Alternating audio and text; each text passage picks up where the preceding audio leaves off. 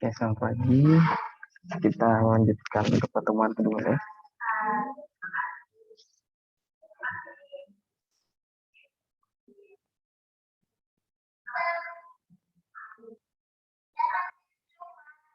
Oke, untuk yang kedua, apakah sudah download tadi file apa yang ada di Lumen mengenai triase?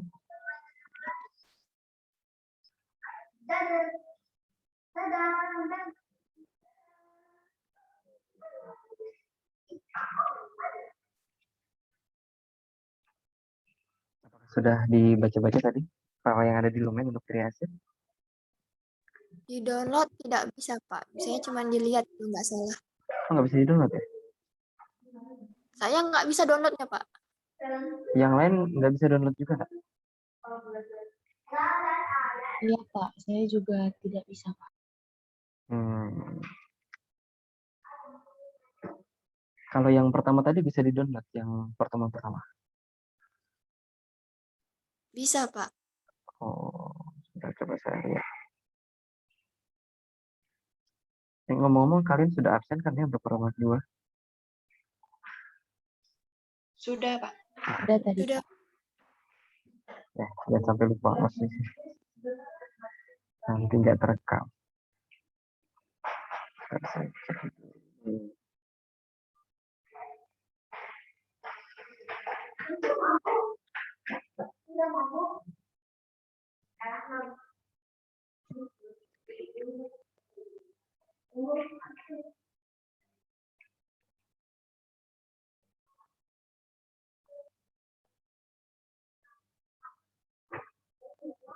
Di situ tulisannya apa? Ketika diklik nggak jalan gitu downloadannya?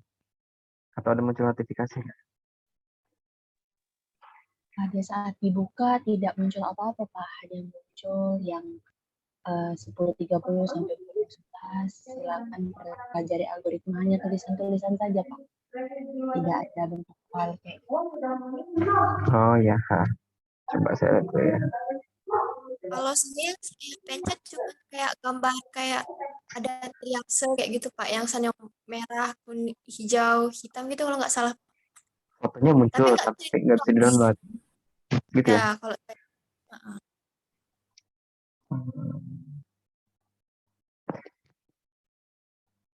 Oke, kalau begitu ini saya perlu cari tahu juga kenapa nggak bisa begitu. Mungkin untuk sementara eh, kalian coba munculkan aja fotonya, lalu kalian screenshot biar kalian punya itunya, fotonya. Gitu. Untuk sementara mungkin itu dulu. Nanti sambil saya cari tahu kenapa nggak bisa di ini.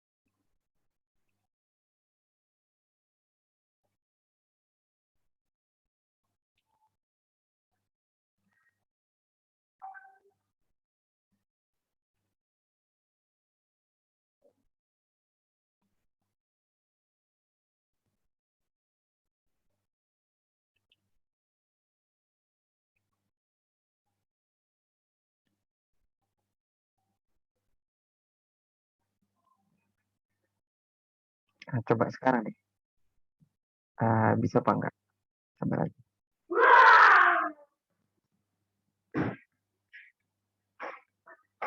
Bisa di-download atau enggak?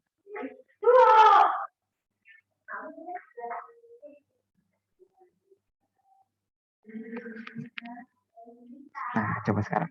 Kita nggak di-download.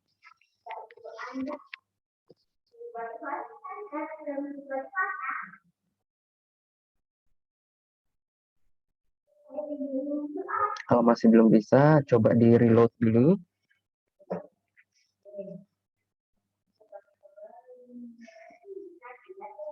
Baik, Pak, sedang dicoba. Bisa? Belum, Pak, baru coba, Pak. Oh, baru mau coba.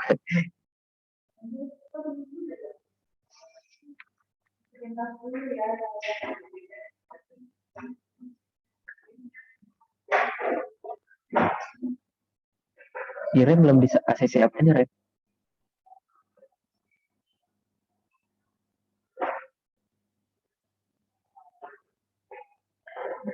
Saya sudah masuk, Pak, tadi maksudnya. Oh, oke, oke. Gimana? Bisa? Bisa download? Kalau di saya belum bisa, Pak. Iya, Dia Pak, sama. munculnya seperti ini, Pak. Mohon maaf, Pak. Oh, bentar. Sebentar, tahan dulu itunya tampilannya. Oh, hilang Gap gambarnya. Coba. Oke, diklik nggak bisa di situ? Itunya munculnya gambar, Pak. Terus nggak ada gambarnya ya? Nggak ada file di situ ya? Iya, Pak. Tidak ada apa-apa, Pak. Sama kayak tadi. Sudah saya reload juga tadi, Pak.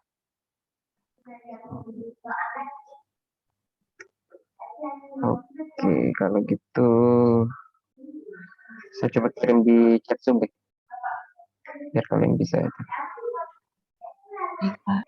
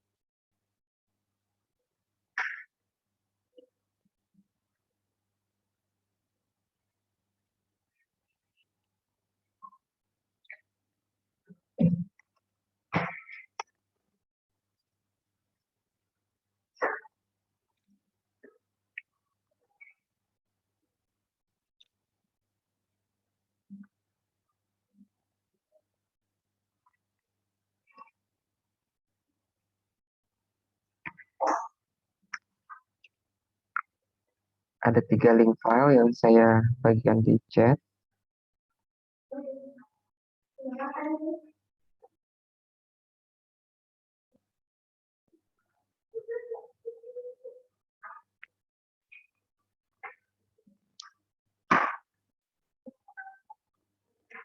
Oke.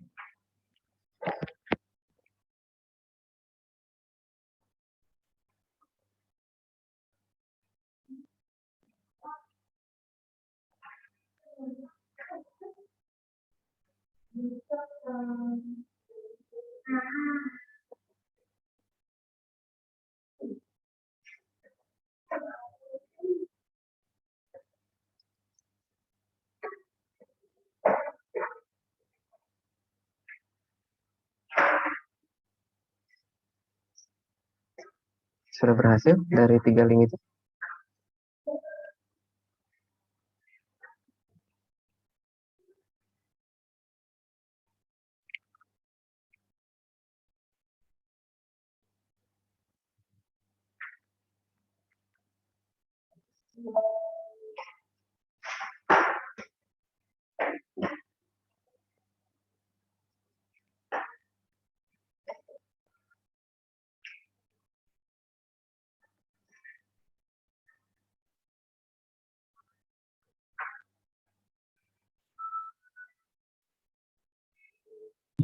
Ya Pak, bisa Pak. Oke.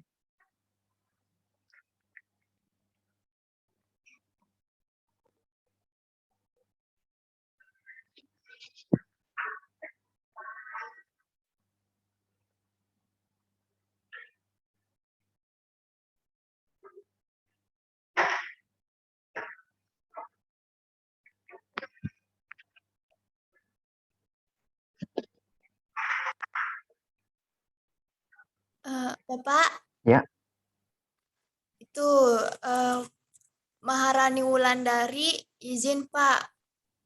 Nenek buyutnya meninggal, takut dia jadi pulang ke desa, takutnya nanti di desa nggak ada sinyal kayak gitu, keluar masuk Zoom Pak.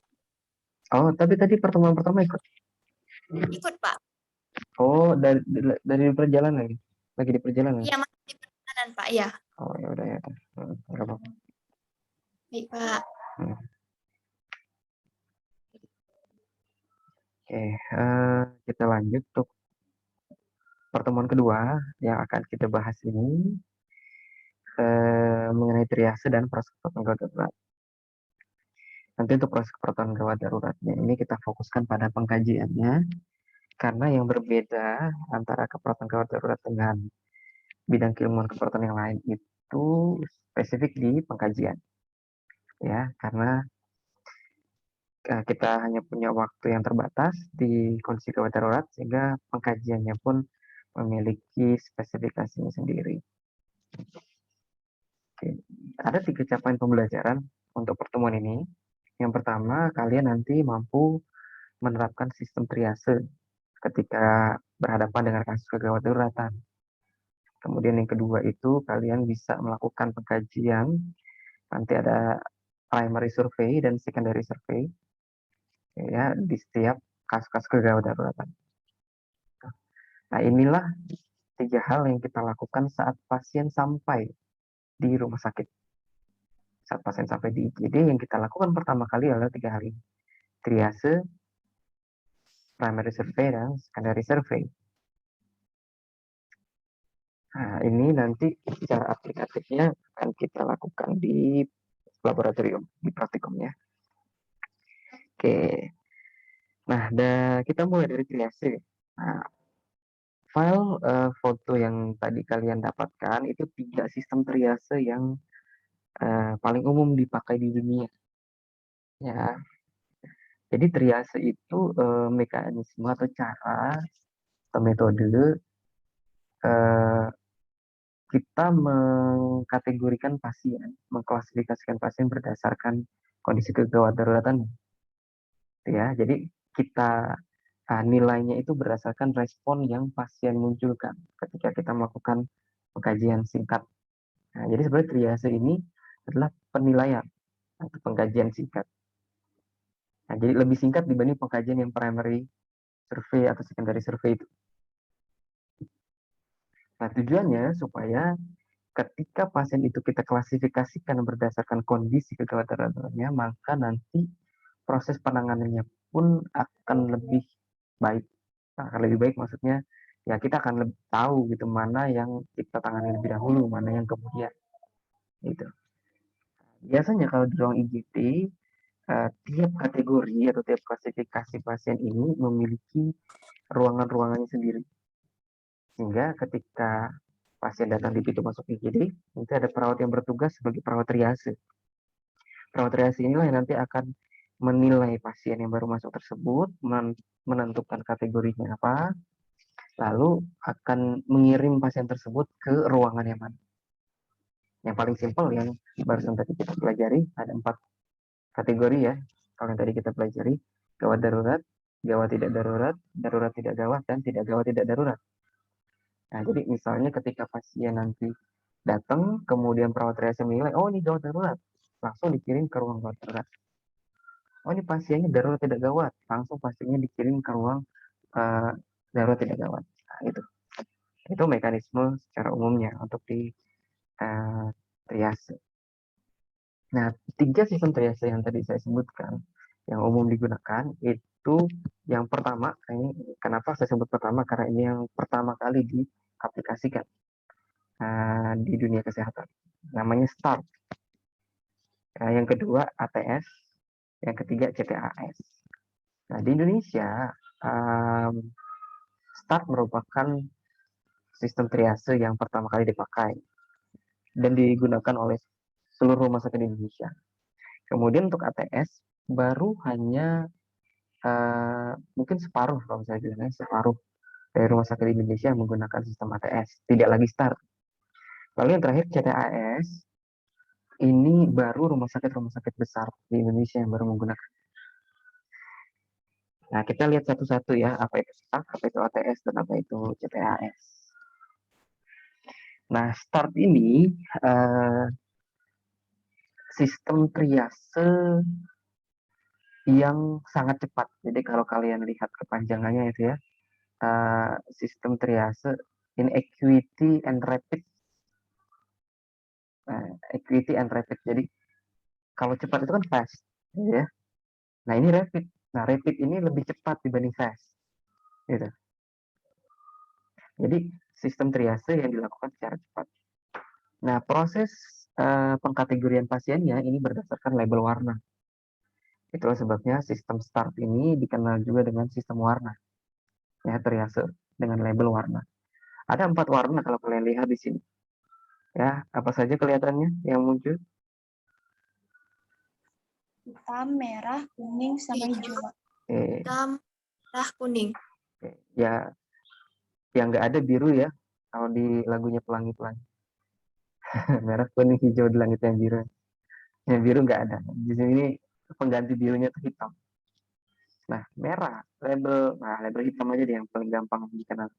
Label hitam ini menunjukkan kalau pasien ini sudah meninggal.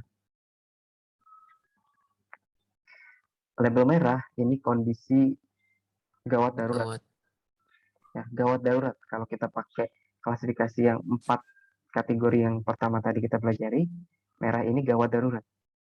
Atau di sini istilah startnya immediate. Sekira. Kuning. Ya, itu merah. Immediate. Kemudian kuning, delay, itu maksudnya bisa ditangani belakangan. Ini kondisi-kondisi yang tidak darurat. Nah, tidak darurat gawat tidak darurat. Kemudian kalau yang hijau ini masuk yang tidak gawat tidak darurat.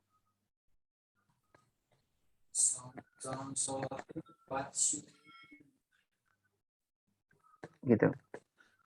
Nah, itu klasifikasi pasiennya. Nah, untuk penilaiannya, kita ikuti algoritmanya. Jadi kalau kita mau pakai START, yang kita kaji dulu, yang kita nilai dulu pertama, pasiennya bisa jalan nggak? Kalau pasien bisa jalan, langsung hijau. Baru. Ya, pasiennya bisa jalan nggak? Kalau bisa jalan, hijau dia. Nah, kalau misalnya bisa jalan nggak? Oh, nggak bisa.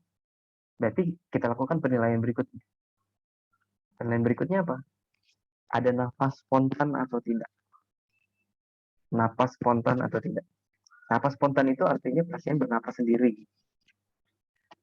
Ya, bernapas sendiri tanpa ada bantuan napas dari kita. Nah, kalau pasiennya tidak bernapas atau tidak ada napas spontan, kita lakukan penanganan jalan napas dulu. Ya, lakukan penanganan jalan napas. Nah, nanti bagaimana cara penanganannya? Kita belajar nanti di RW manajemen di praktikum. Gimana caranya? Nah, setelah kita lakukan penanganan RW, ya, RW, dan pasiennya masih tidak menunjukkan napas spontan, maka labelnya hitam. Ya. Setelah kita lakukan penanganan airway, pasiennya ada napas spontan, maka labelnya merah. Jadi ya, kalau saya ulang, sama, pasien bisa jalan nggak? Nggak bisa. Ada napas spontan nggak? Nggak. Tangani airway. Ada napas spontan nggak? Nggak. Oh, hitam. Gitu. Contoh lain. Pasiennya bisa jalan nggak? Bisa. Oh, hijau. Pasien bisa jalan nggak? Nggak bisa. Pasiennya bisa napas spontan nggak? Nggak bisa. Oke, tangani airway. Terus ada napas spontan nggak? Ada. Oh, merah. Gitu ya. Jadi sistemnya begitu. Nah, kita lanjut ke algoritma bawahnya. Pasien bisa jalan nggak? Nggak bisa. Ada napas spontan nggak? Ada. Yang kita cek apa? RR-nya berapa? RR-nya 32. Oh, merah. Karena dia lebih dari 30.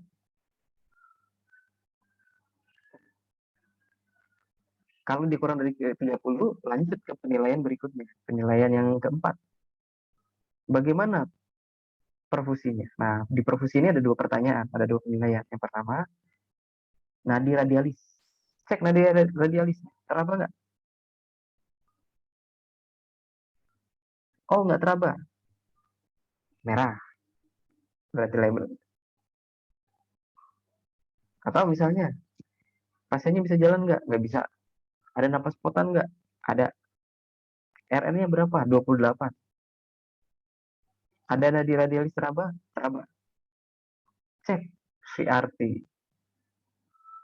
Pengisian kapiler. Ya, capillary rectal time. Cek CRT.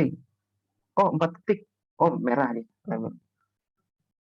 Meskipun nadi radialisnya teraba. Gitu ya.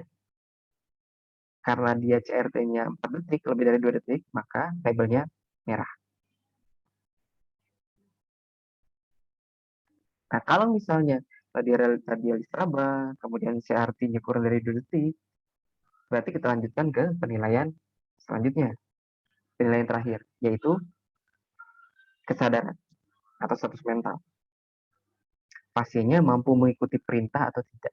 Misalnya, Pak, dia tidak berespon. Pak, angkat tangannya, dia tidak berespon. Artinya, dia tidak mematuhi perintah. Berarti labelnya merah. Kalau kita urutkan dari penilaian pertama, berarti pasien bisa jalan nggak? Nggak bisa. Pasien napas spontan nggak? Iya. Berapa RR-nya? 28. Radialis teraba nggak? Teraba. CRT berapa? 2 detik. Mampu mengikuti perintah? Tidak. Oh, merah. Gitu. Nah, kalau pasiennya mampu mengikuti perintah, berarti labelnya kuning. Nah, selesai. Begitulah penilaian triase dengan sistem STAR. Kalau misalnya kita udah dapat label merah, kita lanjutin nggak ke penilaian berikutnya? Nggak usah. Kan sudah dapat labelnya. Kalau dia udah dapat label hijau di atas, kita lanjutin nggak penilaian berikut ke bawah? Nggak usah. Kan dia udah bisa jalan. Udah jelas hijau. Berarti nggak ada kondisi yang gawat dan darurat. Menurut metodenya STAR. Jadi kita tidak perlu lagi melanjutkan penilaian. Karena sudah dapat klasifikasi pasien. Gitu ya. Apalagi kalau sudah di label hitam. Yang nggak usah lagi. Cek lagi penilaian berikutnya. Orang sudah hitam kok. Oke, coba silakan dipandangi dulu, di ini lagi, dipahami.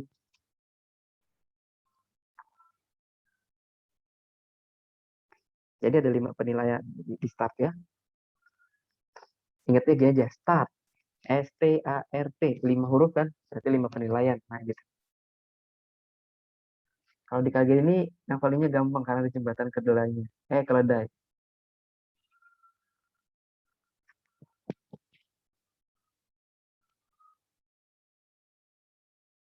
Sampai di sini ada yang mau tanya? Untuk metode start? Silakan, langsung nyalakan mikrofon.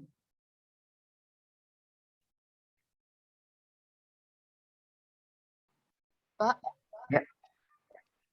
Bunga masih kurang jelas, Pak. Bagaimana Yang baca yang Aldoutriench itu? di bagian mana? Semuanya, Pak, belum jelas. Oh, semuanya. Oke. Iya. Oke, pertama, kan di situ tulisannya able to walk kan? Bisa jalan enggak? Terus ada cabang, yang ke kanan itu yes, yang ke bawah no kan? Nah, yang cabang yes itu kan ada label hijau, minor. Berarti dia di label hijau. Jadi kalau penilaian pertama, pasien bisa jalan atau enggak? Pasien bisa jalan atau tidak? Kalau bisa jalan, berarti labelnya hijau. Kalau dia tidak bisa jalan, berarti lanjut ke bawah algoritmenya, penilaiannya. Jadi algoritma itu alur. Nah, kalau dia tidak bisa jalan, penilaian berikutnya apa? Di situ tulisannya spontaneous breathing. Jadi dicek, dikaji pasiennya nafas spontan atau tidak. Nah, di spontaneous breathing itu ke kanan ada cabang no. Ya kan? Artinya kalau dia tidak ada nafas spontan, kita lakukan penanganan airway. Di situ tulisannya position airway.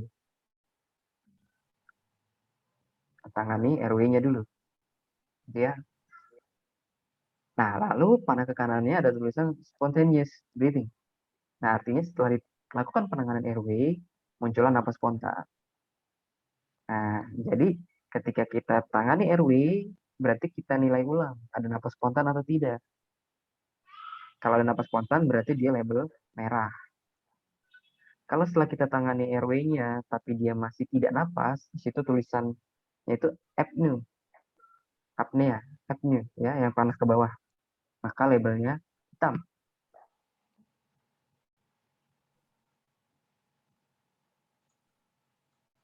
Itu jika tidak ada napas spontan. Jika ada napas spontan, berarti kan tanda panahnya ke bawah tuh, yang yes. Nah, dia akan menuju pada penilaian berikutnya. Di situ tulisannya respiratory rate. Jadi kita hitung RR-nya. Kalau RR-nya lebih dari 30, berarti arahnya ke kanan. Berarti dia label merah, immediate. Kalau dia kurang dari 30, berarti tanda panahnya ke bawah. Kita lakukan penilaian berikutnya tentang perfusion. Perfusion ini ada dua penilaian. Kita cek nadi radialisnya, teraba atau tidak, dan kalau di situ or sih ya, tapi saya jangan tapi saya jangan atau tapi dan. Cek dua-duanya gitu ya. Yang kedua, cek CRT-nya. Ya, CRT, capillary reticle time.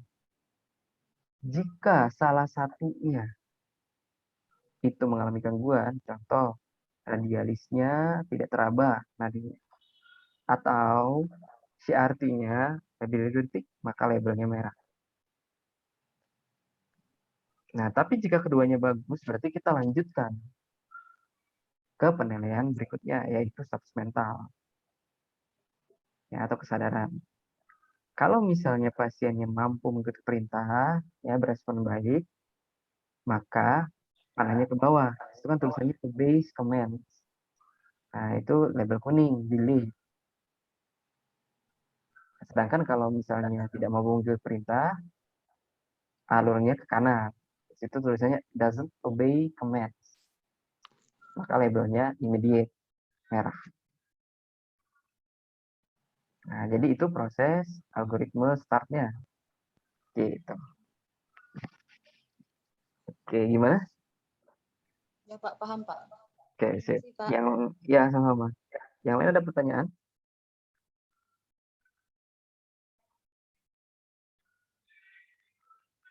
Nggak ada? Pak, saya mau bertanya, Pak. Oh, boleh, boleh. Mengenai yang delay itu, di sini saya baca victims transport can be delay. Berarti ini bisa ditunda terlebih dahulu gitu ya, Pak ya? Kalau pada poin Nah, victims ya, Pak. transport can be delayed, itu bukan hanya penanganannya bisa ditunda, tapi kalau pasiennya mau dipindahkan, ya, dipindahkan misalnya kondisinya ini di luar rumah sakit, ya, di luar rumah sakit, kemudian untuk bisa dikirim ke rumah sakit atau dirujuk ke rumah sakit, dia masih bisa ditunda. Nggak perlu buru-buru dirujuk. Masih bisa ditangani di lokasi gitu istilahnya. Nah, itu Oh maksud. ya.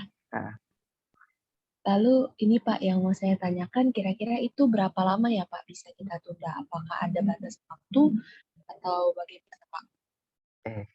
waktu penundaannya itu tergantung pada temuan klinisnya dari hasil yang kita kaji, gitu ya. Jadi tanda dan gejala yang pasien munculkan pada kondisi dia saat itu bagaimana? Ya, nah itu nanti kita ceknya itu di sistem triase yang berikutnya. Karena sistem triase yang berikutnya dia ada time response, ada waktunya, berapa lama kita respon nih, kita tangani. Nah, kalau misal dari situlah yang biasanya kita pakai patokan. Itu kalau misalnya pasiennya ini sudah menunjukkan kondisi yang perlu penanganan segera, artinya kondisi pasien memburuk gitu ya. Karena bisa jadi kondisi pasien yang kita temukan pertama kali dia labelnya kuning. Nah, namun 30 menit kemudian dia berubah jadi merah, itu bisa. Gitu. Makanya kita jadi perawat gadar ini ketika ketemu pasien kuning ya belum bisa tenang juga, dia bisa berubah ke label yang lain. Begitu juga jika pasiennya mengalami perbaikan. Nah, dia akan berubah label juga dari merah bisa ke kuning atau bisa ke hijau. Gitu. Baik, terima kasih Pak. Oke, sama-sama. Ada lagi dari yang lain?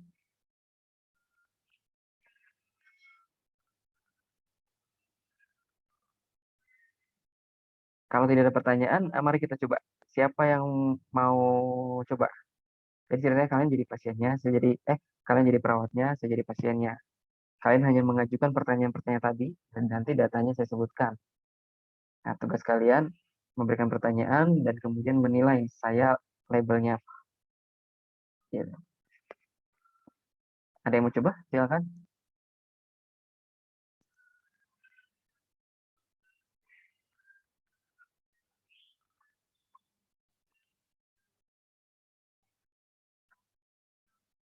Saya boleh, Pak? Boleh, boleh. Yang pertama, pasien bisa jalan atau tidak? Begitu, Pak ya? Ya, nggak usah disebut yang pertama, langsung aja ke pertanyaannya. Karena kan ini kan waktunya, sistemnya ini rapid tadi. Rapid itu lebih cepat dibanding fast. Jadi kita jangan nggak terlalu formal, nggak usah terlalu formal. Langsung aja. Bisa jalan nggak? Napas spontan nggak? RR berapa? Radius berapa Oke, nggak? Pak. CRT berapa? Ikuti perintah? Nah, gitu. Baik, Pak. Ya. Bisa jalan tidak? Tidak. RR. Nafas spontan Nah, ada atau tidak? Ulang dari awal. Coba dari pertama. Baik. Ya. Bisa jalan atau tidak? Tidak. Nafas spontan atau tidak? Tidak. Laju nafas lebih dari 30 atau kurang dari 30? Nah, pasiennya nafas spontannya tidak ada. Oh iya, berarti oke.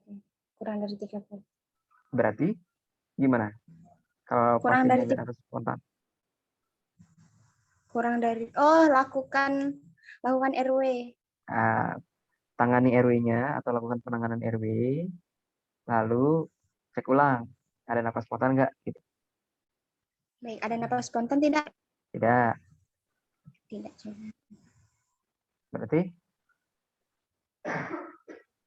Berarti ini, Pak. Hitam. nah ya Hitam. gitu. Oke, kita coba lagi ya. Oke, siapa lagi? Saya boleh Pak. Oke. Kita balik dulu ya. Kita balik dulu. Nah, kamu yang ngasih datanya, saya yang jadi perawat. Oke, nanti habis itu tukeran. Oke, siap? Baik Pak. Oke. Bisa jalan nggak? Tidak. Bisa nafas spontan ada nggak? Ada. RR berapa? Kurang dari 30. Nah, sebutin berapa. Karena nanti 20. saya pun akan menyebutkan angkanya. Saya tidak menyebutkan kriterianya, gitu ya. Baik, Pak. Kita ulang dari awal ya. 28. Iya Pak. Oke. Bisa jalan nggak? Tidak. Ada nafas spontan? Ada. RR berapa? 28. Radialis berapa nggak? Tidak. Merah.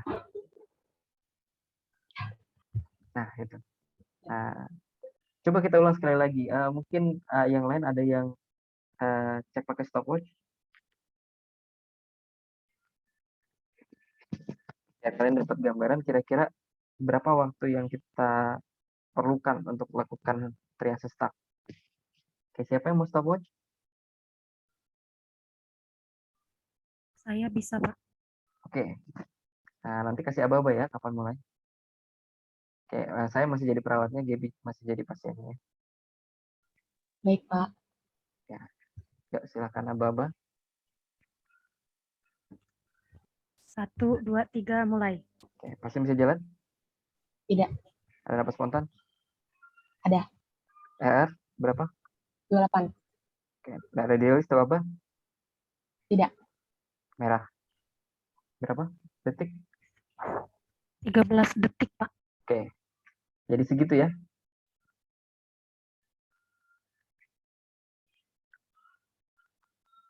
Oke. Paling tidak nanti waktu latihan di lab 30 detik lah. 30 detik dulu. Perjalanan pertama ya. Oke, gantian. Oke, saya yang jadi pasien. Masih di stopwatch ya, Ren? Baik, Pak. Ya, Ini langsung ya, Pak. langsung. 1, 2, 3, mulai. Bisa jalan tidak? Ya. Ada. Sudah, Pak. Minor langsung hijau. Iya, masuk hijau gitu. Oke, ulang. Nah, itu terlalu mudah. Ayo, lanjut. Ulang lagi. Tidak kasih. 1, 2, 3, mulai. Bisa jalan tidak? Tidak.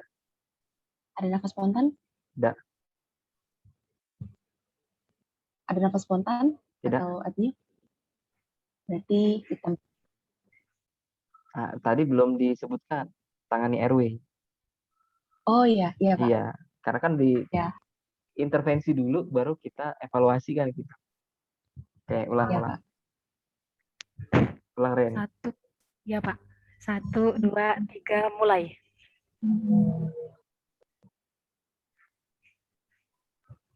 Sudah mulai. Gap. Oh, itu Ren. Ya, ulang lagi. Iya. Ulang lagi. Oke. 1, 2, 3, mulai. Bisa jalan tidak? Tidak. Ada nafas spontan?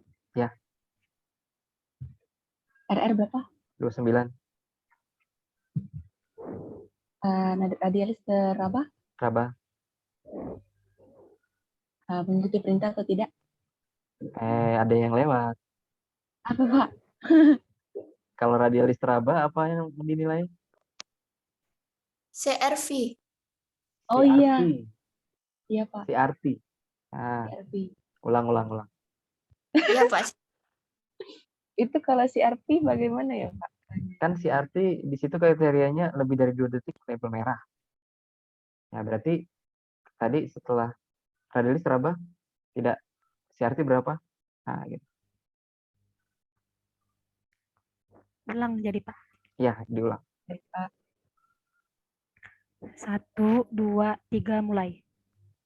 Bisa jalan atau tidak? Tidak. Ada nafas spontan? Ya. RR berapa? 27.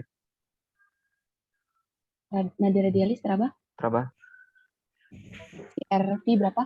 4 detik. Sudah Pak. Merah. Nah, langsung sebutin merah. Karena kalau sudah Merah. Pak, Iya Pak. itu detiknya masih jalan tuh. Merah Pak. Oke. Nah, oke, yang lain siapa lagi? Yuk. Bolehlah. Yang cowok siapa nih? Ayo coba.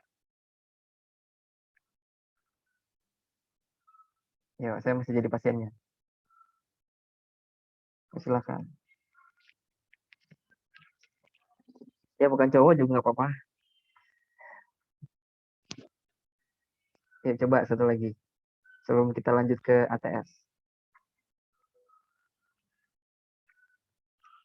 Ya, siapa yang mau nyoba? Nah, tenang, itu stopwatch-nya tadi itu untuk mengukur diri masing-masing aja. Bukan untuk penilaian kok.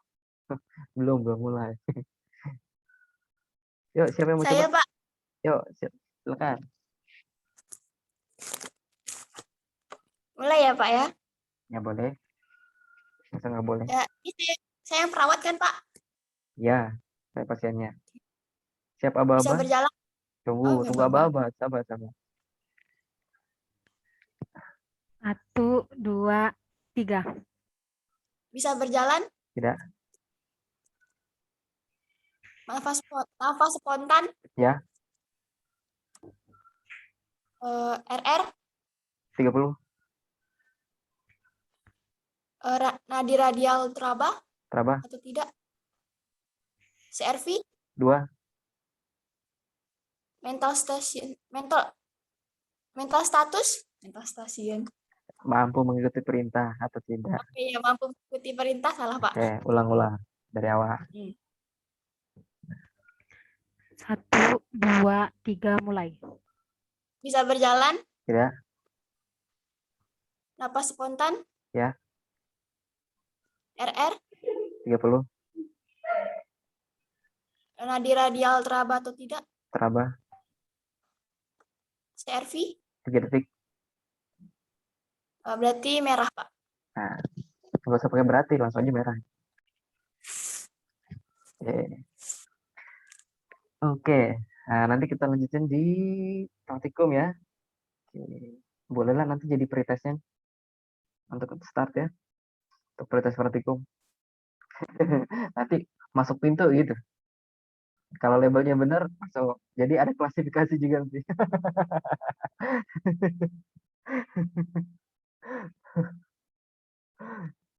Oke, kita lanjut ke sistem triase berikutnya. ATS.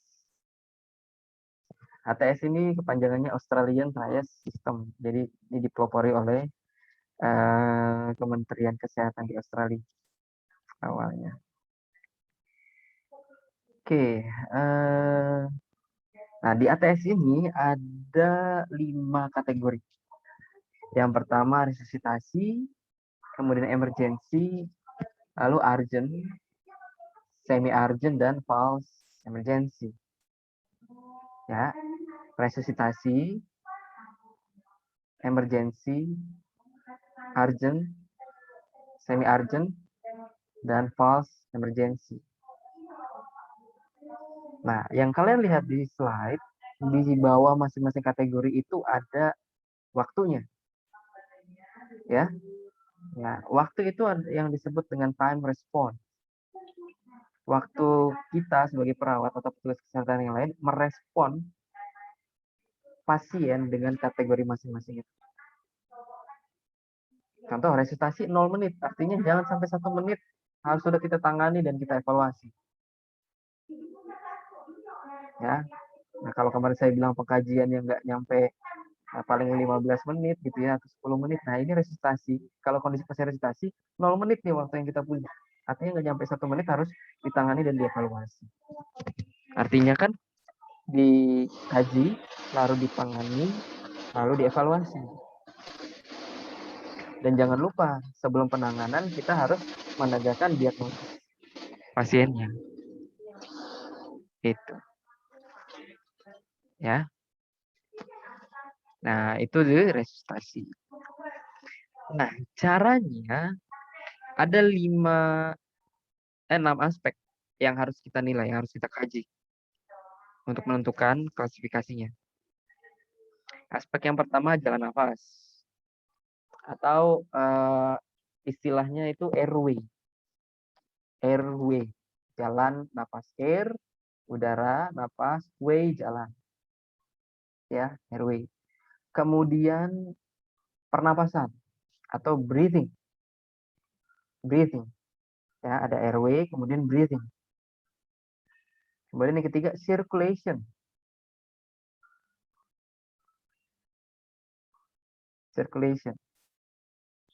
Yang keempat itu kondisi mental. Ya, atau mental status. Status mental, kondisi mental sama gitu ya. Kemudian selanjutnya GCS.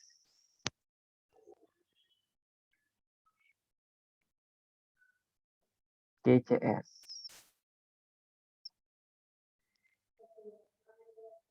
Dan yang terakhir nyeri. Kalau kita lihat kolomnya itu skala nyeri ya. Kalau GCS itu nilai GCS-nya. Nilai GCS itu dari minimal 3, maksimal 15. Itu GCS. Nah, nanti untuk praktikum akan saya berikan ini file untuk penilaian GCS supaya nanti kalian bisa hafalkan. Gitu ya. Karena seperti tadi, triase itu waktunya cepat. Ya, yang kita punya. Artinya menilai GCS pun harus cepat.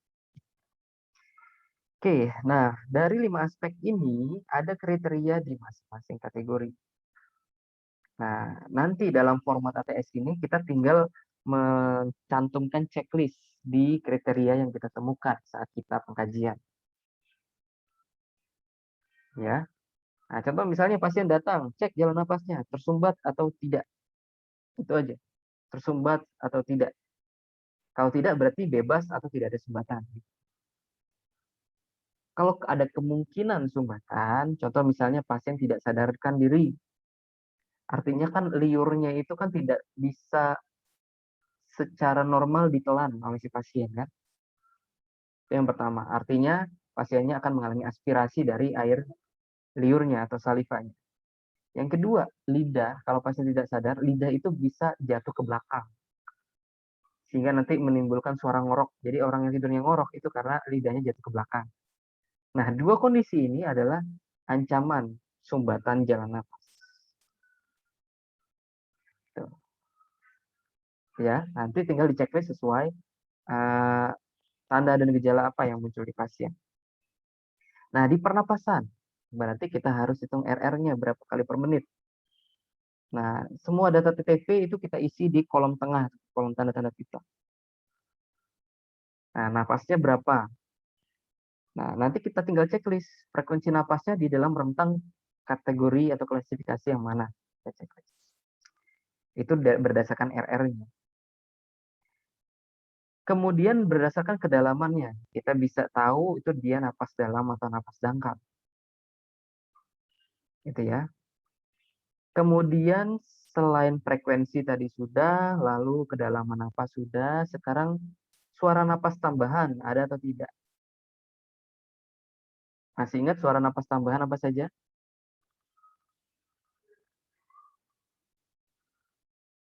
Apa saja suara napas? Wheezing. Atau nama lainnya apa? Selain nama lain wheezing?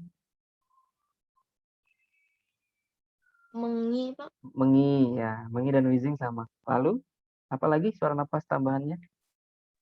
Ronki. Ronki. Oke, lalu? Apa lagi? Wheezing sudah. Snoring, Pak.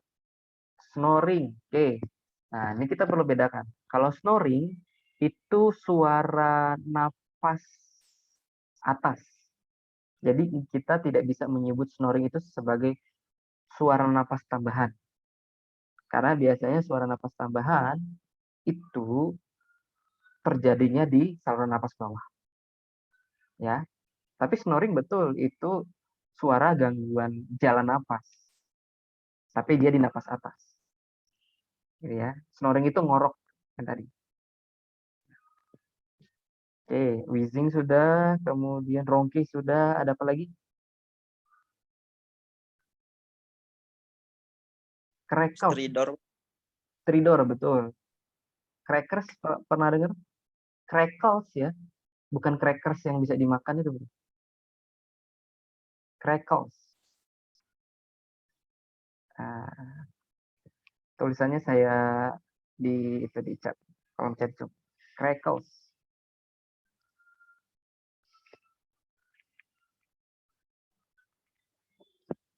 Crackles ini biasanya sering disebut juga dengan ronki kering. Kalau di Indonesia, di bahasa Indonesia gitu. Kering. Jadi ronki itu kadang ada ronki basah, ada ronki kering. Ronki kasar, ronki halus. Nah. Jadi crackles ini ronki kering atau ronki kasar. Lalu tadi stridor sudah ya. Nah itu jenis-jenis suara napas tambahan. Terus di pernapasan itu di kategori resusitasi kalian bisa lihat ada gasping di situ ya. Gasping itu megap-megap, gitu ya, seperti ikan yang diangkat dari air. Atau ada yang menyebutnya juga dengan istilah napas Senin Kemis. Gitu ya. Jadi napasnya sebentar-sebentar gitu, singkat-singkat. Itu gasping. Nah, aspek yang ketiga itu kita nilai dari sirkulasi. Nah, berarti yang kita nilai tekanan darahnya, frekuensi nadinya, terus kekuatan nadinya, teraba kuat atau lemah gitu ya. Kemudian akralnya dilihat, apakah dia merah muda atau pucat atau sianosis. Gitu ya. Kemudian kalau kita raba dia hangat atau dingin. Terus si artinya berapa? Terus nadi perifer teraba atau tidak? Nah, nadi perifer itu radialis, gitu ya. Itu nadi perifer. Kalau pusatnya itu biasanya kita ceknya di karotis, arteri karotis. Letaknya di leher. Kalian sudah bisa nemuin arteri karotis? Ya, letakkan jari kalian di pinggir sisi trakea. Nah, karena penting nanti di KGD untuk bisa menemukan nadi karotis dengan cepat. Ya. Kalau nadi karotis itu tidak teraba, itu mengindikasikan pasien mengalami henti jantung. Artinya jantungnya tidak berdenyut. Karena ada kondisi jantung masih berdenyut, tapi kalau kita cek nadi radialisnya itu tidak teraba. Itu ada kondisi seperti itu. Kenapa? Karena pada kondisi pasien dengan vasokonstriksi, pasien-pasien yang kehilangan darah, gitu ya, perdarahan masif, perdarahan banyak tuh, radialisnya itu biasanya tidak teraba karena terlalu halus gitu ya denyutannya, karena dia vasokonstriksi. Lalu aspek berikutnya status mental atau kondisi mental. Jadi waktu kita cek tadi tuh dipanggil ya Pak, Pak, Pak, Pak. Nah, kalau misalnya dia nggak ada respon, ya berarti checklist tidak ada respon. Kalau misalnya dia kayak orang ngantuk, kita bangunin, nah itu milihnya itu somnolen. Ya, somnolens itu mengantuk. Nah, seperti yang terjadi di kelas biasanya banyak yang mengalami penurunan kesadaran gitu kan ya. Dari kompos mentis, kondisi yang paling sadar, turun ke bawah jadi somnolen gitu ya, mengantuk. Habis somnolen dia bisa lagi turun lagi itu jadi apatis. Ya, dipanggil nggak nyaut. Nah, itu apatis tuh, penurunan kesadaran. Atau turun lagi kesadarannya di bawah apatis, stupor. Atau mungkin di bawahnya stupor, koma.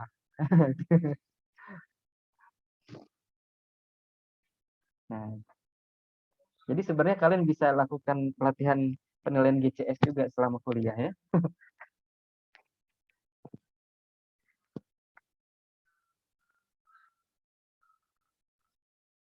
Oke, aspek berikutnya itu ada GCS. Nah, ini GCS nanti kita pelajari sendiri ya, karena ada skor-skor yang perlu dinilai. Kalau nyeri udah bisa ya, kaji skala nyeri.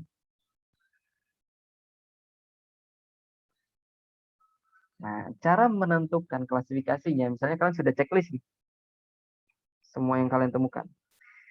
Nah, kalian lihat checklist mana yang paling kiri. Nah, checklist paling kiri itu letaknya di klasifikasi mana? Contoh, saya contohkan di pada tampilan di slide, misalnya jalan napas, oh nggak ada sumbatan. Oke, kalau nggak ada sumbatan kan bisa cek ke sini, urgent, semi urgent, dan false emergency gitu ya. Kenapa nggak ada emergency? Karena tidak ada sumbatan. Jadi ancaman pun tidak ada. Lalu RR-nya berapa? Oh RR-nya 32. Berarti di sini dia. Ada napas tambahan kan? Nggak ada. Terus dicek arteri nadinya berapa? Oh, ternyata nadinya masih 120/70. Oke, kita cek 120. Oh, di sini dia. 70 di mana? 70. Oh, 70 di sini. Ini juga bisa ya. 120 masuk sini juga. Oke. Caranya tadi berapa ya, Lupus ya? 30, Pak. Oh, 30 ya. 30. Oke, dicek nadinya. Oh, nadinya masih 98. Oke, 98. Oh, kalau dari nadi 98 dia di fase emergency. Checklist. Suhunya berapa? Suhunya masih 36,1. 36,1. SPO2 ini saturasi oksigen. Saturasi oksigennya berapa? Saturasi oksigennya ternyata 82. Cek nadinya. Ternyata nadinya itu lemah sekali. Itu. Akralnya gimana? Oh, akralnya dingin ternyata. CRT-nya juga 4 detik. Ya. Dan akralnya juga pucat. Oke. Pasiennya gimana? Oh, pasiennya sih masih bisa berespon dengan baik, kooperatif. Nah, karena pasiennya masih berespon dengan baik, berarti dia sadar penuh. Berarti 15. Ya. Berarti letaknya di semi urgent dan false indication. Nyeri nggak? Pasiennya nggak merasa nyeri. Nah, kita lihat. Yang terchecklist berada pada kolom kategori false emergency, semi urgent, urgent, dan emergency kan? Ya. Nah, lalu bagaimana kita mengkategorikan pasiennya? Kita lihat tanda gejala yang berada di paling kiri. Nah, pada kasus ini yang paling kiri letaknya di kolom apa?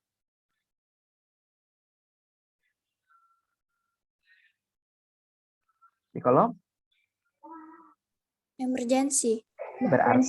berarti klasifikasi pasiennya berdasarkan ATS adalah emergency. Time responnya 10 menit. Gitu. Jadi pasien ini labelnya emergency. Jadi begitu caranya. Kalau misalnya di sini pun cuma satu, pasiennya tetap kita beri label emergency, meskipun dia cuma satu, gitu ya. Atau misalnya cuma satunya di sini, pasiennya henti napas, atau bahkan dia henti jantung, ya udah berarti klasifikasi pasiennya resusitasi. Gitu.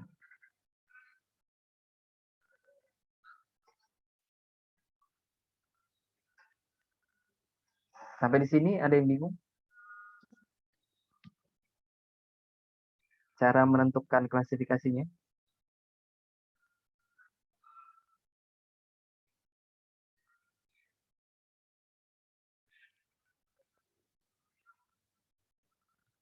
Sudah cukup jelas? Nah, sebenarnya kalau kita bandingkan dengan STAR, memang kriterianya lebih sedikit yang STAR. Namun sebenarnya komponennya sama. Satu, misalnya jalan nafas airway. Tadi airway ada nggak di dalam penilaian STAR? Ada. Di mana? Nafas spontan. Artinya kalau dia nggak nafas spontan, tidak ada nafas pasien, berarti ada gangguan airway dan breathing. Kan gitu.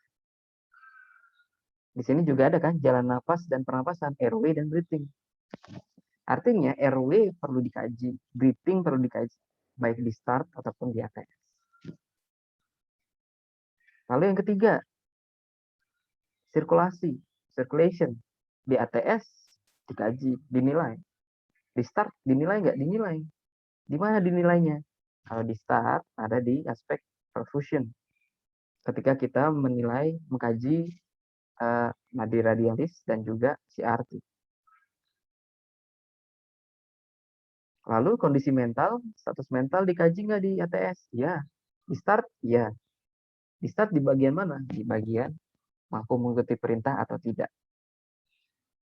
Kan di situ status mental. Nah, jadi sebenarnya dari dua sistem klasifikasi ini, ternyata yang perlu dikaji adalah airway, jalan nafas, breathing, pernapasan, circulation, sirkulasi, masalah kardiovaskuler, gitu ya. Kemudian mental status atau mental kondisi. Ya. Oke. Gimana? Ada pertanyaan untuk ATS? Enggak ada? Cukup jelas. Cukup jelas, Pak. Oke. Kalau begitu kita lanjut ke yang terakhir, sistem trias yang terakhir, yaitu CTAS. CTAS ini dari Kanada, Canadian Trias and Acuity Scale. Ya, CTAS, Canadian Trias and Acuity Scale. Sebenarnya labelnya ini nggak beda jauh dengan ATS. Kalau kita lihat nih ya, Trias level 1 itu resuscitation, sama ya. Cuman dia ada warnanya, yaitu warna biru.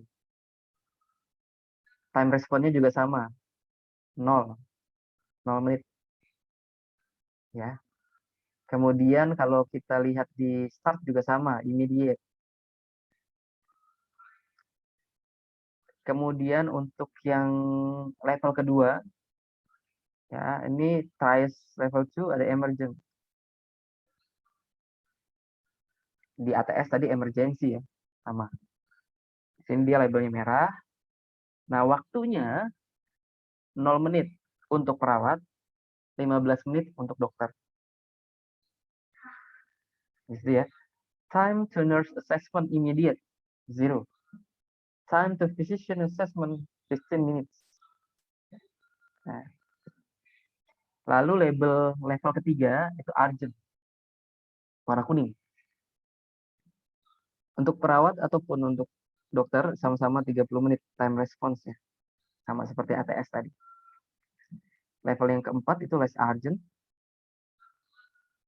Waktunya 60 menit. Ya, sama dengan ATS. Dan yang terakhir itu level 5 non urgent. Label putih. Waktunya 120 menit. Nah, ciri khas CTAS ini dia memiliki kasus spesifik yang menjadi daftarnya. Jadi kita harus tahu kondisi pasiennya ini termasuk di kasus yang mana. Berbeda dengan ATS dan STAL tadi ya, dia hanya menggunakan kriteria baku, airway, breathing, circulation, dan mental status. Nah, sementara kalau di CTAS dia lebih spesifik. Nah, di kolom kiri yang warna kuning ke orange-orangean gitu ya, judul kolomnya itu namanya usual presentation. Itu tanda gejala atau kasus yang biasanya muncul pada level-level triase tersebut. Ya, sedangkan kalau di sebelah kanan yang warna ungu, kolom warna ungu, judul kolomnya itu sentinel diagnosis, itu penyakitnya. Ya, penyakitnya. Contoh misalnya, kasusnya ini sama-sama luka bakar. Ya, sama-sama luka bakar. Nah, kita lihat ternyata meskipun sama-sama luka bakar, ada di sini. Bentar, mana yang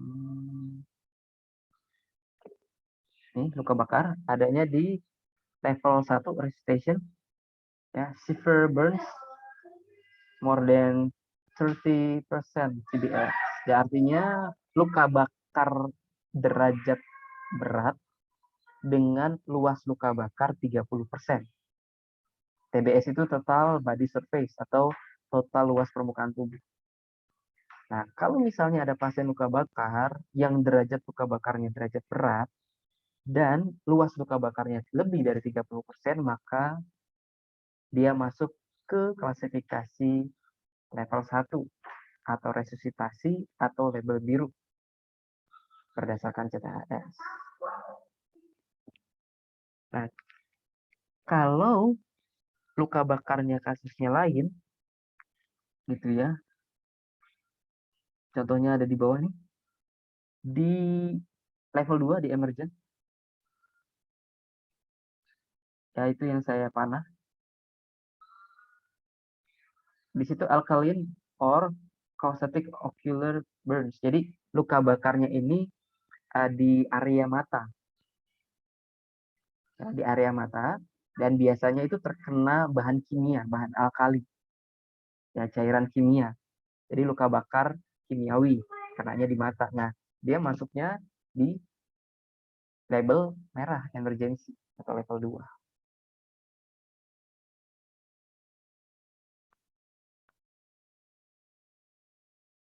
Nah, jadi kalau pada CTHS ini memang lebih spesifik. Itulah sebabnya dari ketiga sistem triase ini, antara START, CTS, dan juga CTHS, itu CTHS yang paling valid dan paling reliable dari hasil penelitian. Karena dia lebih spesifik, lebih sesuai dengan kondisi pasien.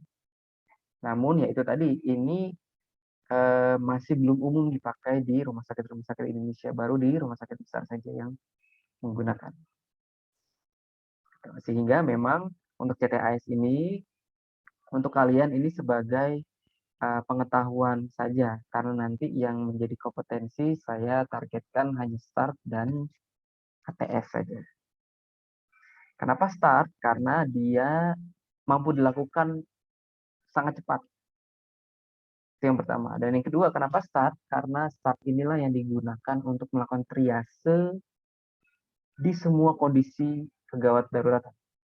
Entah kegawat daruratan lokal, misalnya di rumah sakit, ataupun kegawat daruratan umum, misalnya di pinggir jalan, tengah jalan, atau di bencana. Itu START bisa digunakan.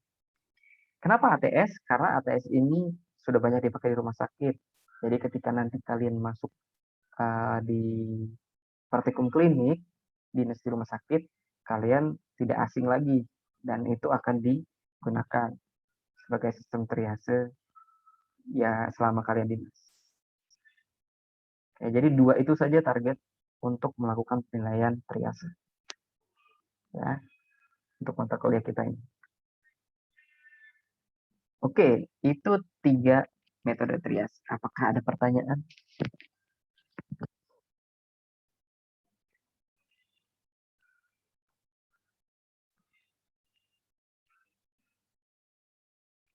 Belum?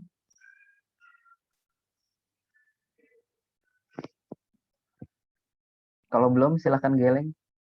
Tapi cukup 2 kali gelengnya, jangan berkali-kali. Kalau berkali-kali itu gedek. Kayak lagi ajab-ajab nanti. Oke, kalau tidak ada, kita lanjut ke pokok bahasan yang kedua dan ketiga. Tentang pengkajian kegawat daruratan. Tadi masih ikut aspek-aspeknya apa saja untuk di triase ATS dan START? Yang pertama tadi apa? Airway.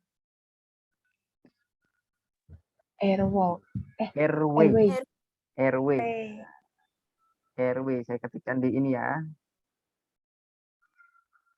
Di chat Zoom. Airway. Nah, ini kalian harus terbiasa dengan istilah-istilah ini. Airway. Coba sebut airway. Airway. Yang kedua apa? Breathing,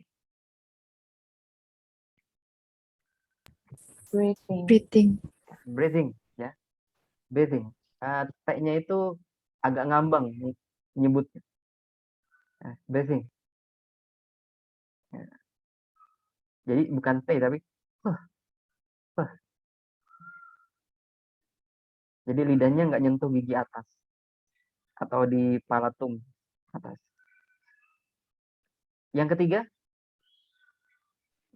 Circulation. Oke, circulation. Coba dari 3 ini dulu. Yang pertama tadi apa? Lalu? Breathing. Lalu? Circulation. Oke. Coba perhatikan kata pertamanya. Dari ketiga kata itu. ABC. Oke. Itulah enaknya di KGD. Hafalinnya gampang. Jadi apa pengkajian awal KGD? ABC. Nah, sejak kalian pertama kali dulu belajar baca, itu kan yang dipelajarin ABC. Nah, jadi apa pengkajian Gadar? Pertama, A, airway. B, breathing. C, circulation. Habis huruf C, huruf apa ya?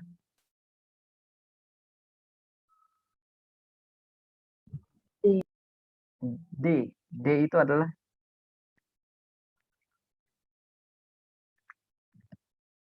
di chat apa tulisannya?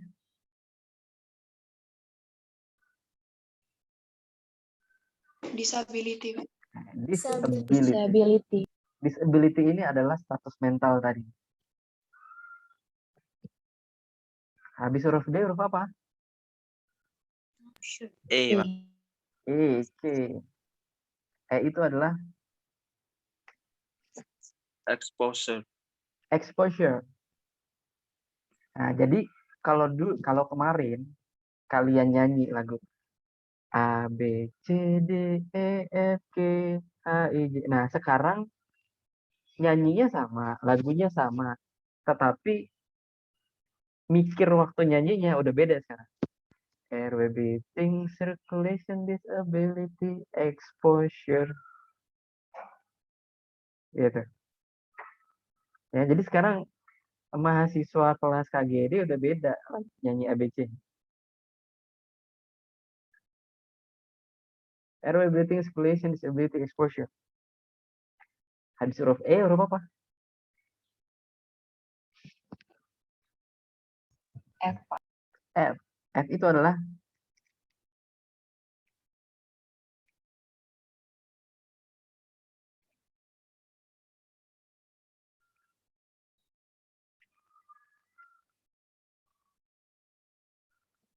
salah.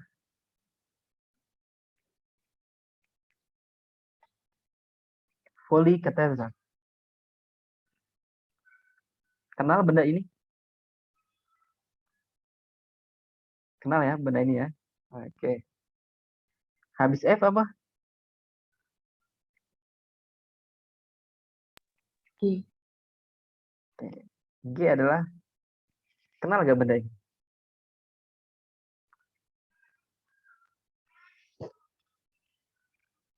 Kenal, Pak. Nah, gastric tube. Kan gitu ya. Habis huruf G apa? H. H, Pak. H adalah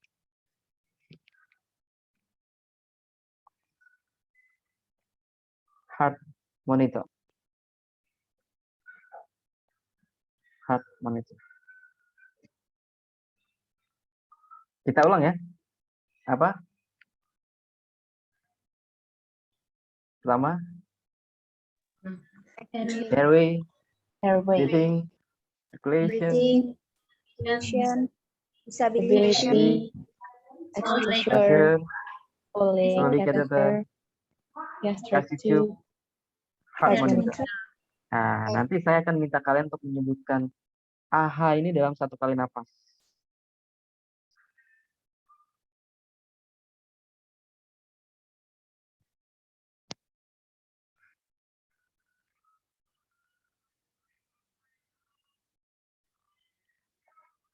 Jadi, tarik nafas. Airway, breathing, circulation, disability, exposure, Foley catheter, gastric tube, heart monitor. Baru boleh nafas lagi.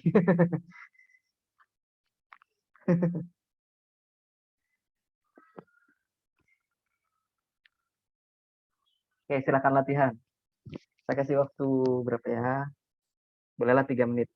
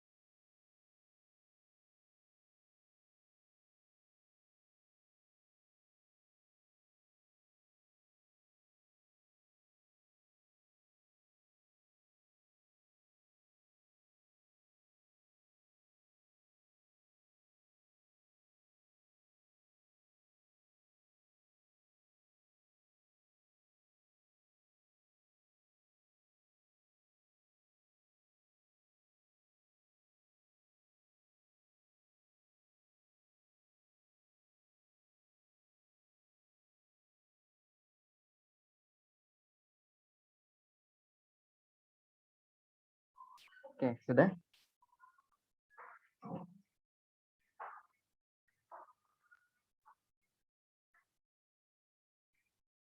Oke. Nah, ini nanti tesnya akan ketemu di praktikum laboratoriumnya barengan triase.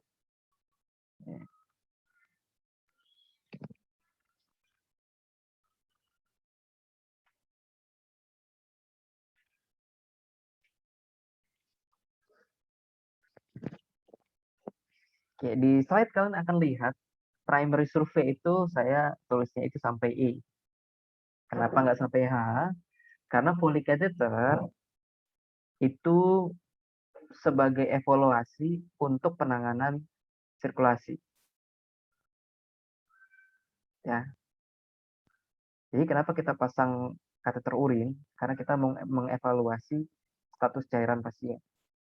Karena kan salah satu indikator status cairan tubuh itu urin output. Ya, kalau kalian masih ingat, 0,5 sampai 1 ml per kilogram berat badan per jam. Itu normalnya.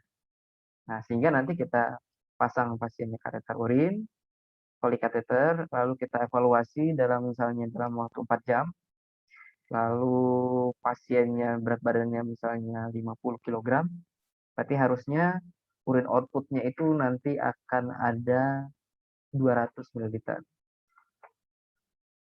Karena tadi 0,5 sampai 1 ml per kilogram berat badan per jam. Artinya kita ambil lah yang maksimal ya. 1 ml dikali 50 kg dikali tadi kita evaluasinya 4 jam. Jadi 1 ml kali 50 kg dikali 4 jam. Sama dengan 200 ml. Ya, per 4 jam. Nah, kalau urin out pasiennya ternyata kurang dari itu, berarti pasien masih mengalami dehidrasi atau kurang cairan atau hipovolemi misalnya gitu ya. Kalau kita pakai diagnosis keperawatan.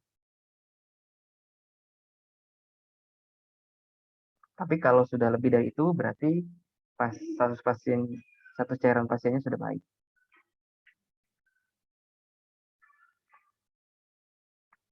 Nah, kemudian G, gastric tube, itu berbeda tujuannya ketika dulu kalian belajar di KMB atau KD.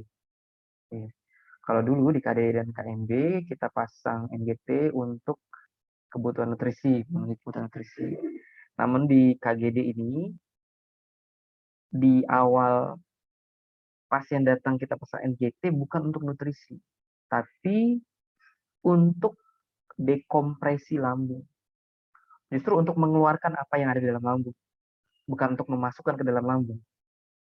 Ya, untuk untuk mengeluarkan sesuatu dari dalam lambung. Berupa apa? Bisa berupa gas. Ya, kita keluarkan gas dari saluran cernanya, kita keluarkan lewat NGT. Lalu apalagi kalau ada perdarahan. Nah, darahnya itulah kita keluarkan lewat selang NGT.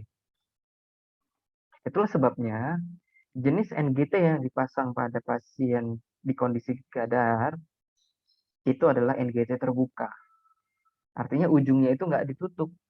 Beda waktu dulu kan, dulu kalian belajar ujung NGT harus selalu ditutup. Nah, kalau di kondisi IGD dibuka, karena tujuannya mengurangi kompresi, ya, mengurangi tekanan di lambung. Nah, mengurangi isi lambungnya. Nah, mungkin kalian dulu pernah belajar bilas lambung, udah pernah belum? Di KMB pernah ya? Nah, salah satunya itu. Nah, bilas lambung itu cara kita bukan mencuci sih ya, mengeluarkan perdarahan di lambung. Nah, jadi kita mancing, masukin air, kemudian kita tuang lagi. Harapannya ketika kita tuang lagi, itu darah yang ada di dalam lambung itu kepancing untuk ikut keluar juga. Ya, nantinya akan kita tampung di sebuah wadah wadah gastric tube-nya, wadah NGT-nya di NGT terbuka itu. Ya, itu nanti kita ukur perdarahannya berapa banyak. Karena waktu kita mau menghitung balas cairan kan perdarahan juga kita input ke dalam output cairan. Jadi kita bisa tahu seberapa banyak nih perdarahan saluran cernanya yang terjadi pada pasien. Sehingga kita bisa tahu berapa banyak cairan yang harus kita masukkan lewat infus. Nah, kemudian heart monitor. Heart monitor ini tujuannya untuk mengevaluasi circulation juga. Terutama masalah atau gangguan pada jantungnya. Misalnya iramanya bermasalah. Misalnya lup, dup, lup, dup, lup, lup, dup. Nah, gitu. Itu kan gangguan irama jantung. Nah, itu bisa kelihatan ketika kita melakukan heart monitor. Kemudian itu sudah ya FGH. Nah, saya mau jelaskan masing-masing dulu. Selain FGH tadi, di airway itu jalan napas. Jadi yang kita kaji itu jalan napasnya, strukturnya. Ada sumbatan atau tidak, gitu ya. Kalaupun ada sumbatan, bentuk sumbatannya parsial atau total. Parsial itu artinya sumbatannya ada, namun masih ada jalan untuk udara masuk dan keluar. Itu yang namanya parsial. Contohnya pada kasus orang yang tidurnya ngorok, itu ada sumbatan jalan nafas. Tapi udara nafasnya itu masih bisa keluar masuk. Kita tahu dari mana masih ada udara yang bisa keluar masuk karena ada bunyinya. Jadi udara yang keluar masuk pernafasan itu menggetarkan bagian belakang lidah yang jatuh. Makanya bunyi. Kan bunyi itu terjadi karena daya getaran gitu ya. Ya pokoknya itu konsep fisika lah. Kalau mau dipelajari lebih dalam silahkan nanti kita diskusi. Kemudian kalau breathing, nah breathing ini napasnya ada atau tidak? Ada nggak gangguan napas? Ya. Jadi tadi pertanyaan pertama, penilaian pertama, nafas atau tidak? Oke. Kalau dia nafas, berapa frekuensinya? Bagaimana kedalamannya? Seperti yang tadi di ATS ya. Lalu ada suara napas atau tidak? Suara napas tambahan atau tidak? Gitu maksudnya. Teratur atau tidak? Nah itu di breathing. Beda ya dengan jalan nafas. Kalau jalan nafas kita ngelihat jalan nafasnya ini bebas atau tersumbat atau ada hambatan. Nah, C, circulation. Itu yang kita cek pertama adalah nadi karotis. Teraba atau tidak. Setelah nadi karotis teraba atau tidak, lalu kita cek nadi perifer, tadi radialis. Ya. Nah, coba kalian lihat tangan kalian. Jadi untuk circulation ini gampang, yang dicek leher sama tangan. Ya, leher nadi karotis, lalu ke tangan nadi perifer. Di arteri radialis. Lanjut ke depan, pegang telapak tangan kalian. Nah, ketika kalian pegang telapak tangan kalian, ada dua data yang bisa kita dapatkan, yaitu suhu. Akralnya bagaimana, lalu dia berkeringat atau tidak, dan warna. Setelah dari telapak, maju lagi ke ujung jari. Lihat kukunya, pencet sedikit, sebentar lepas. Berarti cek CRT. Nah, itu circulation ya, dari leher ke tangan. Ya. Jadi circulation dari leher ke tangan. Kalau C yang satunya lagi, cinta dari mata turun ke hati gitu ya. Kalau C circulation dari leher turun ke tangan gitu.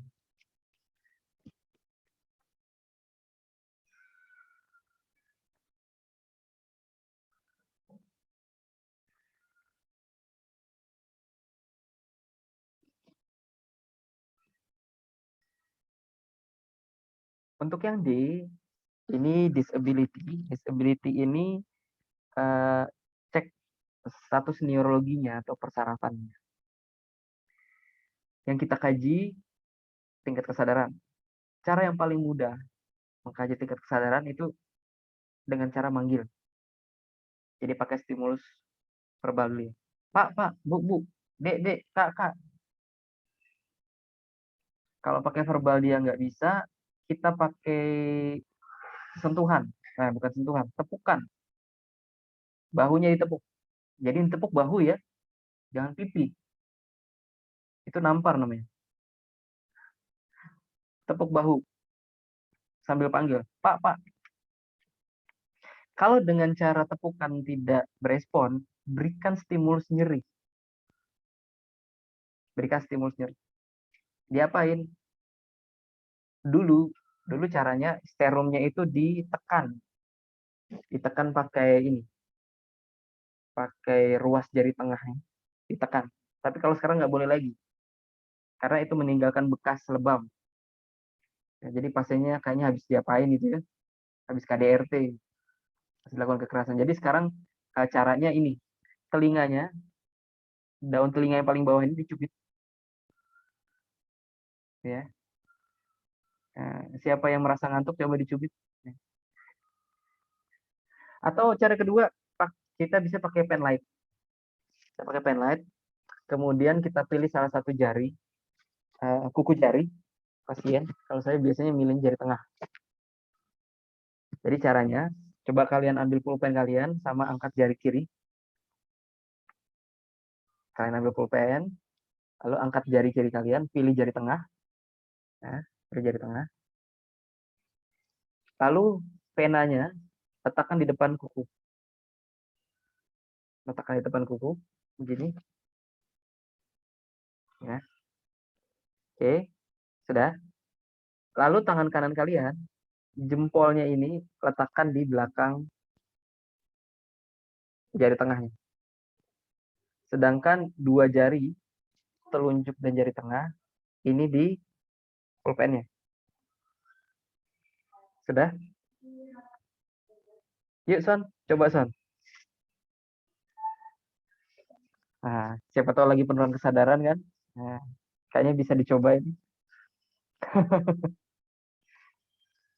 Ayo Ri, coba Ri. Mana pulpennya Ri?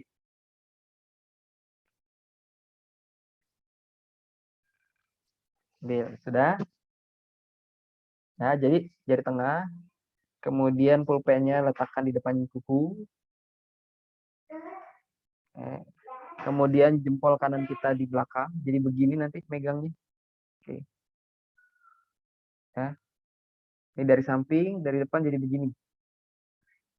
Jempol saya ini. Gitu. Ya, di belakang jempol saya begini, dari samping begini, depannya begini. Nah, kemudian dengan tangan kita, kukunya ini kita tekan dengan pulpen ya. Tekan sekuat-kuatnya. Terasa nggak? Nah, itu caranya memberikan stimulus nyeri ke pasien. Ya, baru kita cek lagi, kita nilai lagi pasiennya berespon atau tidak. Jadi untuk penilaian tingkat kesadaran yang pertama, satu, dengan stimulus verbal dia berespon atau tidak. Dua, dengan stimulus tepukan dia berespon atau tidak. Ketiga, dengan stimulus nyeri dia berespon atau tidak. Gitu. Ya. Sebenarnya yang paling sering dipakai itu yang dua, verbal atau stimulus nyeri. Ini yang sering dipakai. Ya, jadi yang tepukan tadi itu dianggap termasuk ke dalam verbal. Jadi karena ngerjainnya kan sekalian tuh sambil manggil, sambil nempuk. Ya. Jadi tersisa tinggal hanya dua, dengan verbal atau dengan stimulus nyeri. Nah itu pemeriksaan pengkajian tingkat kesadaran yang paling mudah. Lalu setelah itu, cara yang kedua menilai GCS. Ya, menilai GCS. Nah itu nanti kita pelajari sendiri. Lalu setelah GCS kita cek pupil mata. Ya. Berespon terhadap cahaya atau tidak. Lalu antara pupil kiri dan kanan ukurannya sama atau tidak. Kalau sama disebut apa? Masih ingat?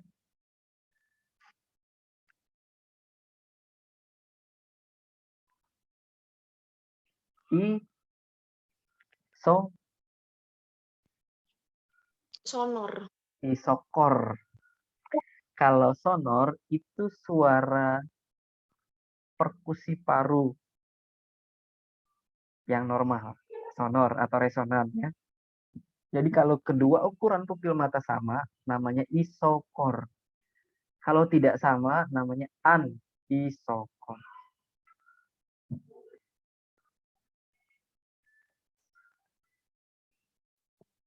Kalau pupil matanya melebar, ya lebih dari normal, itu kita sebut sebagai midriasis. Midriasis. Itu biasanya kalau kita ketemu midriasis, berarti ada cedera otak.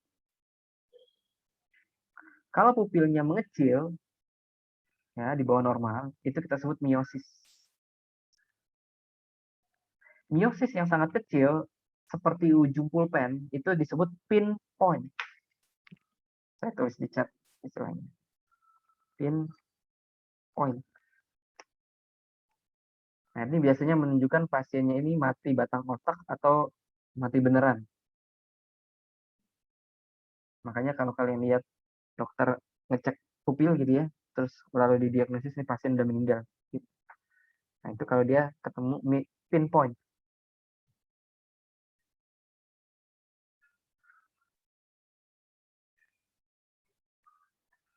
Oke. Nah, itu yang kita sebut dengan pemeriksaan saraf pusat. Ya, tingkat kesadaran GCS dan juga GCS tingkat kesadaran juga sih. Lalu pupil, ini sistem saraf pusat. Lalu berikutnya kita cek sistem saraf tepinya. Nah, sistem saraf tepi ini yang kita cek ada dua. Yang pertama, kekuatan motorik. Ya, kekuatan motorik caranya bisa minta pasiennya menggenggam atau seperti start tadi, pasiennya minta angkat tangan gitu ya. Nah, itu cara menilai kekuatan motorik. Itu saja.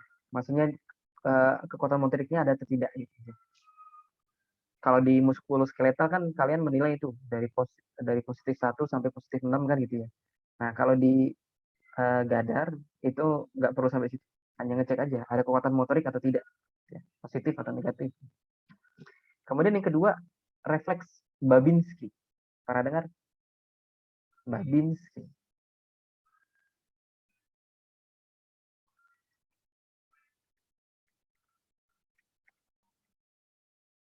Babinski. Tulisannya ada di chat Zoom. Nah, Babinski itu yang apa? Ya kalau misalnya anggaplah ini kaki ya. Kemudian kita kasih stimulus begini ya dari buku jari bawah kaki ke bawah gini ya. Dengan cepat gitu. Biasanya dia Babinskinya positif kalau 4 jarinya menekuk atau 4 jarinya fleksi, lalu ibu jarinya ekstensi. Jadi RCTI oke gitu. Ya, RCTI oke ya. Jadi kalau diberikan stimulus, kalau di RCTI oke disebut Babinskinya positif.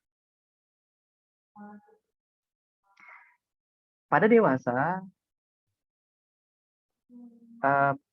dewasa harusnya Babinski itu negatif. Bayi yang positif itu yang fisiologis. Tapi kalau Babinski positif ditemukan positif pada dewasa, itu artinya tidak normal.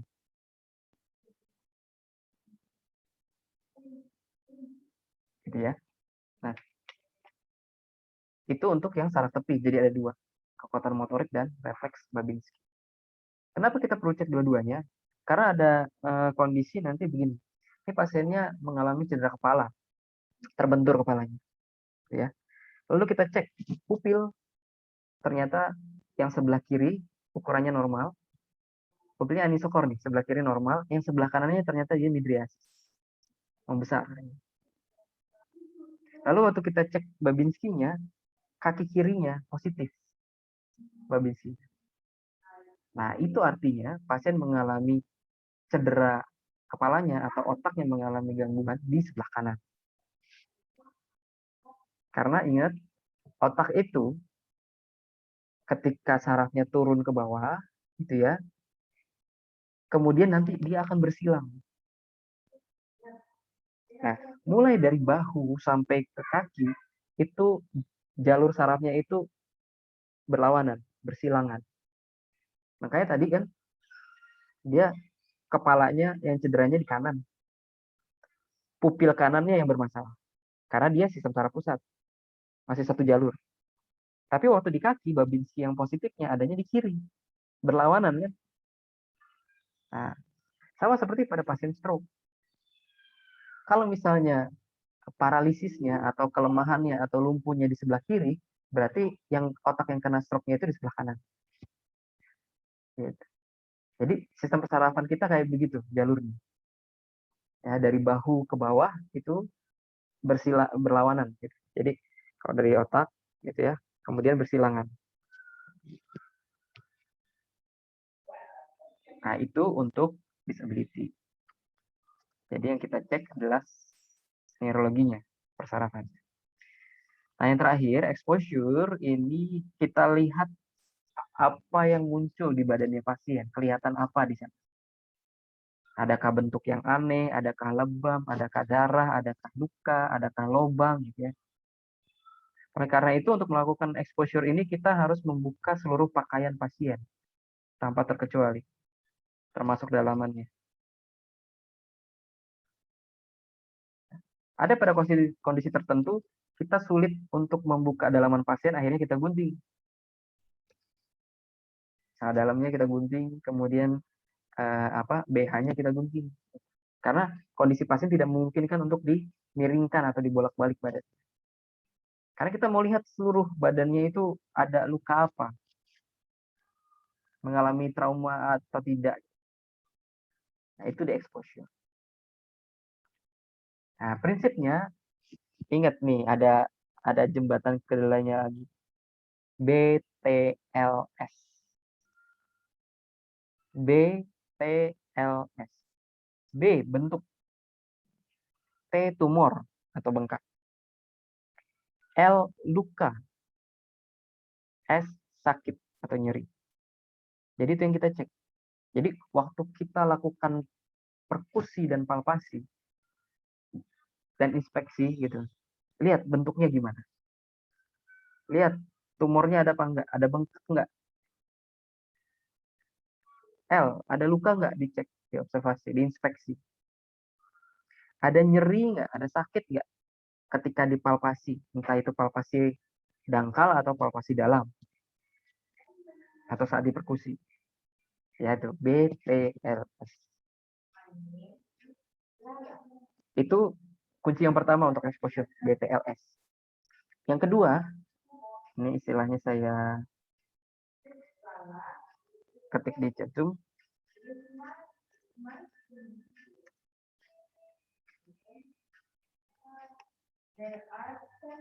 VEO, saya nyebutnya VEO.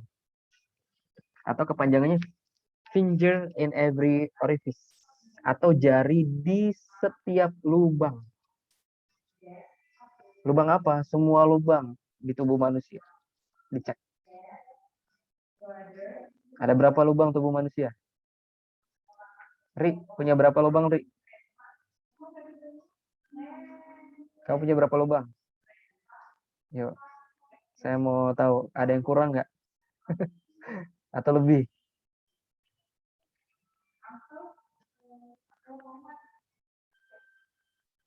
Ayo, Ri, di mana aja, Ri? Yuk, sebutin aja dulu. Di mana aja? Mulai dari atas. Dari mulut, Pak. Mulut, satu. Terus mana lagi? Mulut, hidung. Hidung, mana lagi? Telinga. Telinga, lalu ke bawahnya? Terus ke bawah di ini penis sama Penis. belakang di apa namanya, Pak? Apa? Di anus. Anus. Oke, berarti ada berapa? 5, Pak. 5. Oke. Kalau perempuan ada 6 berarti ya, ditambah orificium vaginalis. Jadi itu semua kita cek. Gimana cara ngeceknya? Kita kan scan spoon. Kalau kita ambil kasa, ya udah kita masukin jari kita ke lubang-lubang itu. Ke semua lubang. Apa yang mau kita cek? Ada perdarahan atau tidak? Itu untuk mendeteksi adanya jejas di organ bagian dalam.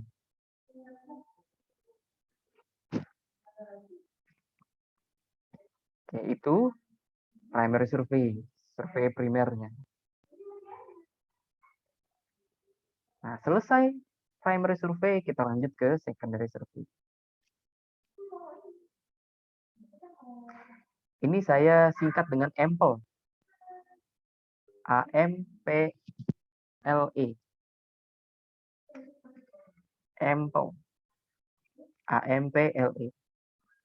A-nya allergy, M-nya medication, P past history. Past history itu riwayat kesehatan pasien, ya. Kemudian L-nya last meal, terakhir makan apa atau minum apa. Lalu event. Event itu kejadian atau peristiwa yang terjadi sebelum pasien dibawa ke rumah sakit. Ya, AMPLE.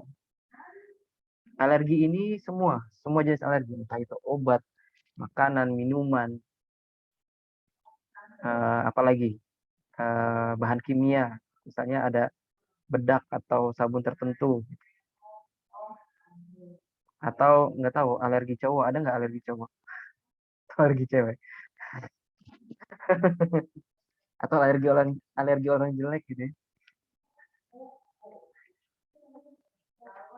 Jadi semua jenis alergi dikaji. Nah, ini biasanya bisa kita lakukan ke pasien. Kalau pasiennya tidak kooperatif, artinya tidak sadarkan diri atau gelisah, bisa kita kaji ke keluarga atau orang yang membawa pasien. Itu.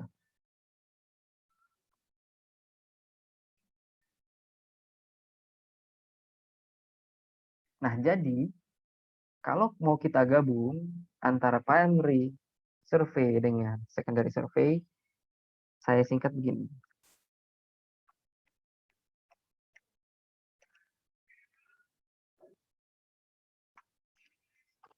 Ada di chat.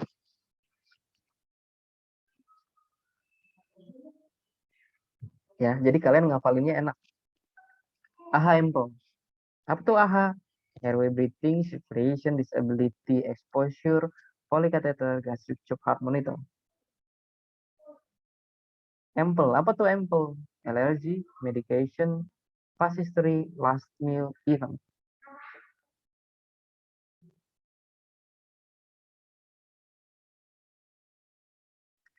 Apa yang perlu kalian lakukan dengan AHA AMPLE? Pertama, dihafal. Mau nggak mau. Ya, bayangin. Perawat lupa ini pas waktu dia di IGD. Apa yang akan terjadi? Dia nggak akan bisa mengkaji pasien. Kalau dia nggak bisa ngaji pasien, dia nggak bisa menangani pasien. Gitu ya.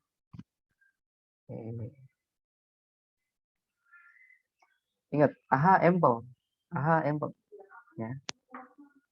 A, B, C, D, E, F, G, H. AMPLE.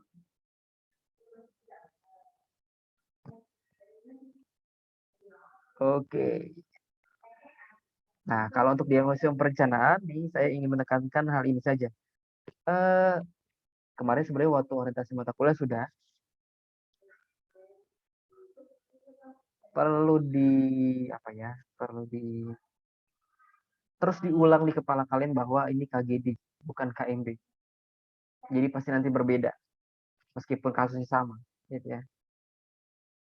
Yang perlu ditangani pertama kali itu pasti beda. Diagnosis utamanya pasti beda dengan KMB. Apakah ada kemungkinan sama? Ada. Tapi di sini kita perlu memilih mana yang prioritas berdasarkan KGD, bukan KMB. Lalu intervensi yang kita buat juga operasional. Contoh misalnya, kalian menulis intervensinya itu untuk yang mandiri, monitor tanda-tanda vital. Gitu. Nah, kalau di KGD dilanjutin. Monitor tanda-tanda vital tiap 5 menit. Monitor tanda-tanda vital tiap 15 menit. Nah, gitu. Kenapa? Karena harus spesifik. Dan harus sangat teknis sekali sesuai dengan standar yang ada. Kemudian, waktu kalian membuat luaran kan kalimatnya, setelah dilakukan intervensi keperawatan selama sekian kali sekian jam gitu ya, biasanya yang sering kalian tulis itu 3 kali 24 jam gitu ya.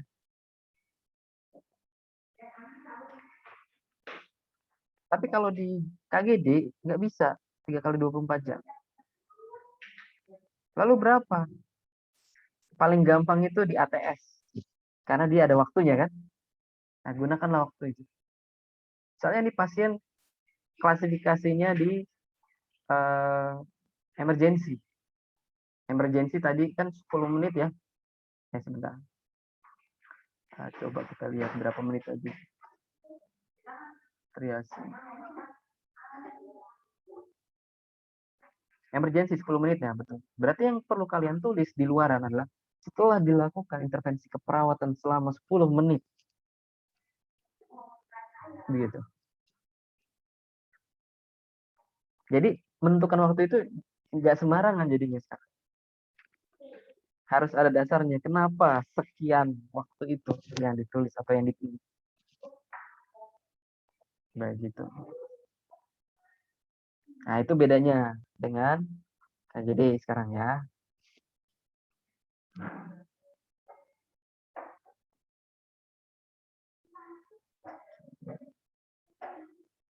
Kemudian, nah kolaboratif.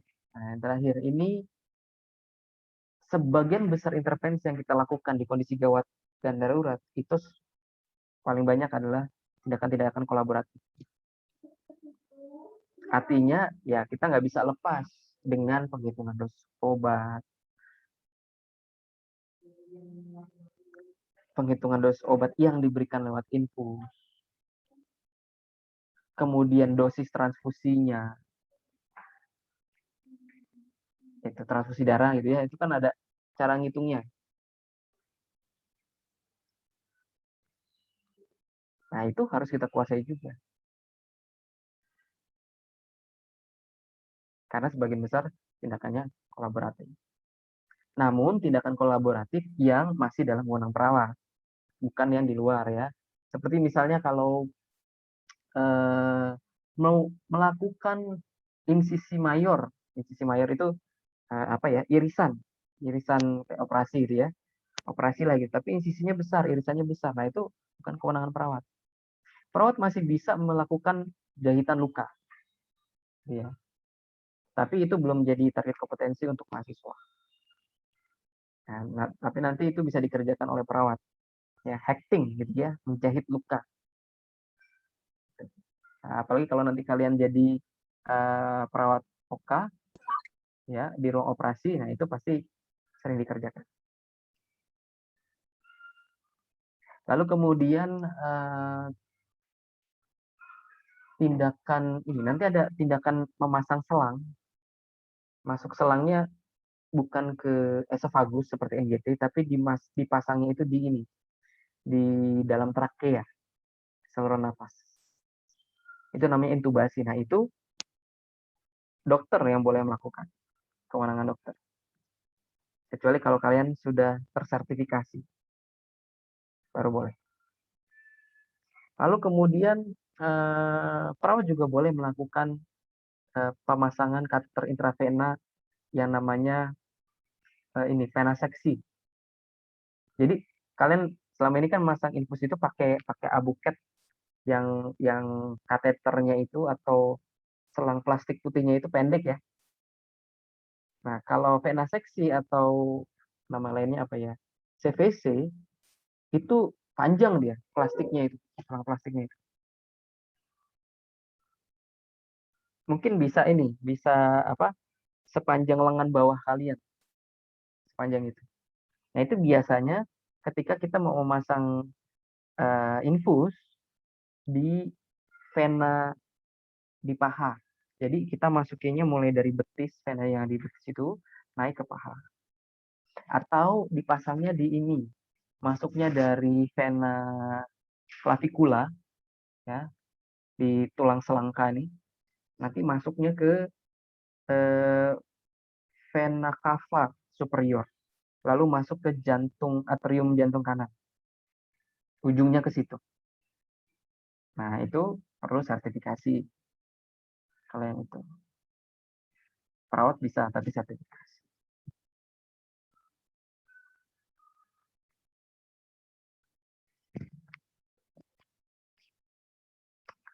Oke, sampai di sini ada pertanyaan untuk survei primer dan survei sekunder. Udah mulai panas ya, dua topik awal KGD.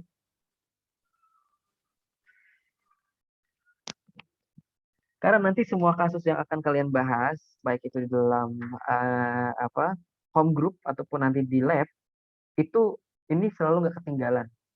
Tadi yang pertama triase, dan yang kedua pengkajian nih, survei primer dan survei sekunder ini. Itu kan terus diulang karena itulah memang pengkajiannya di Gadar, Jawa Barat.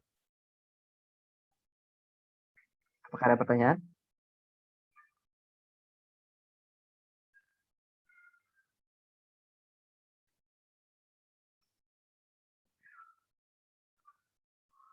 Enggak ada?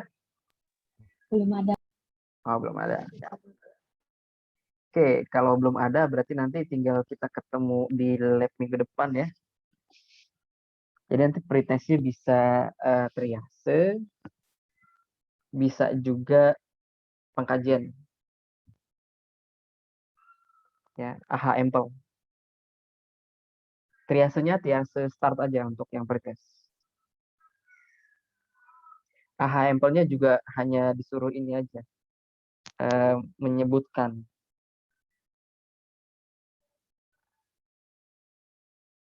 baik dalam urutan ataupun tidak berurutan AHA Empelnya gitu ya.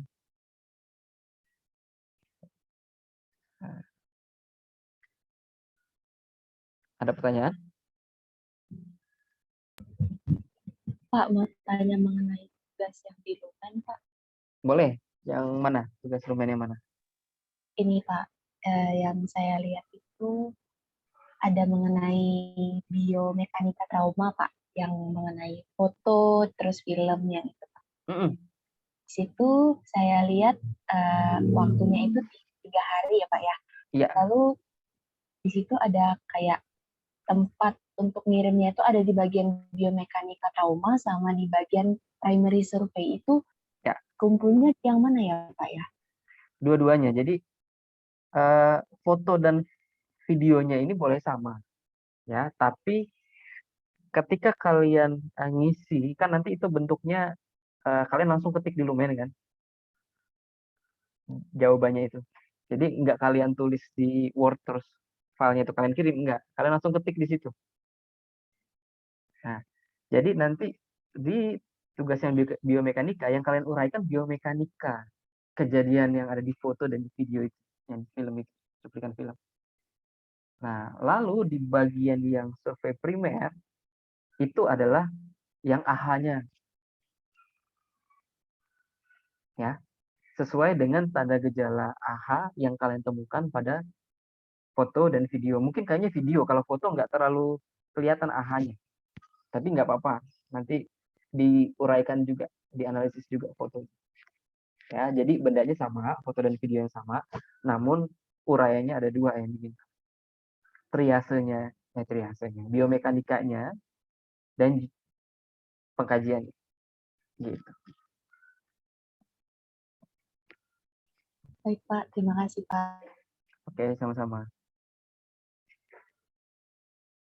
Ada pertanyaan lagi?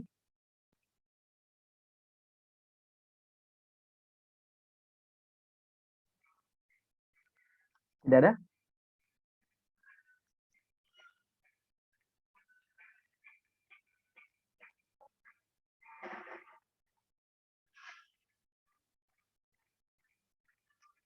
Oke, jika tidak ada, tadi saya nyoba yang di pertemuan pertama, muncul nggak ini video ininya tadi? Video kuliahnya. Muncul Pak. Muncul ya. Biomekanika trauma. Oke, bisa kalian lihat ya. Yaitu memang hanya biomekanika trauma aja karena tadi saya lupa record. Baru nginget recordnya itu pas di biomekanika. Jadi dari awal.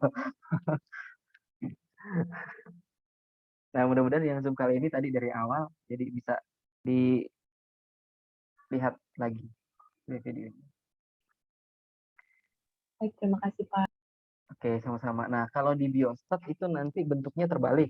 Kalau yang di KGD kan videonya itu bentuknya setelah kuliah. Kalau yang di Biostat sebelum. Supaya nanti di kelas itu kita banyak diskusi. Terutama nanti di praktikumnya. Oke, kalau tidak ada pertanyaan lagi, kita akhiri sesinya. Lalu, untuk terakhir, supaya kita bisa ambil gambar, mungkin bisa di on kamera dengan wajah utuh ya.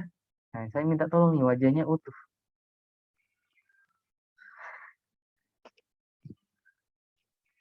Wajahnya utuh.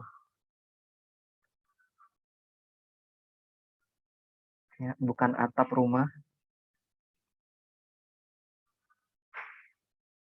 Apalagi gambarnya KTP. Ya, itu nggak usah. Oke, siap. Mutiara 10. Maria Perawati. Mutiara 10, mohon ininya utuh mukanya. Jangan dahinya aja. Nah.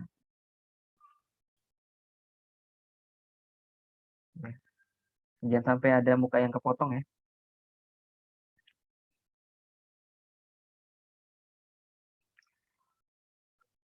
Oke, slide yang pertama nih, tampilan pertama, layar pertama, 1, 2, 3. Layar kedua, kalian siap-siap aja, kalian nggak tahu soalnya layar keberapa. Layar kedua, 1, 2, 3. Oke. Sip. Kalau itu sampai ketemu lagi di minggu depan.